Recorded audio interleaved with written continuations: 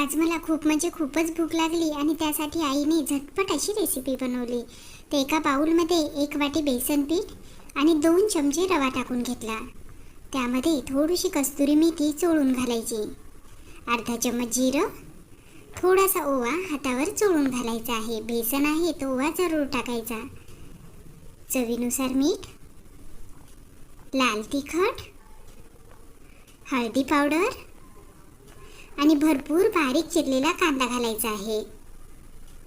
त्यानंतर घरामध्ये पनीर होतं तर थोडं पनीरसुद्धा यामध्ये खिसून घालायचं. आता याचं प्रमाण तुम्ही कमी जास्त करू शकता. मला पनीर भरपूर आवडते त्यासाठी थोडं जास्तच टाकणार आहे. आता मिक्स करायचं आणि थोडं थोडं पाणी टाकून अशा पद्धतीने बॅटर हे भिजवायचं आहे. हे पहा, अशा पद्धतीचं बॅटर असलं पाहिजे. तर बॅटर या ठिकाणी झटपट असं बनवून तयार झालं. लोखंडी तवा घेतला, त्यावर थोडंसं तेल टाकून घेतलं आणि त्यावर 1 ते 2 पळी बॅटर अशा पद्धतीने टाकून घ्यायचं. आता गॅसची फ्लेम मीडियम ठेवायची आहे. हलकंसं पसरून घ्यायचं आणि त्यानंतर वरची सरफेस सुकल्यानंतर त्यावर थोडंसं तेल टाकायचं आणि उलटून घ्यायचं.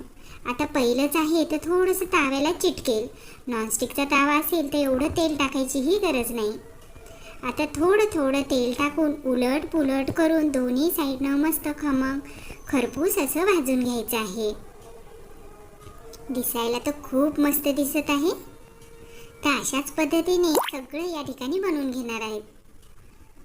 1 ते 2 पळी बॅटर टाकायचं, हलकंसं पसरून घ्यायचं.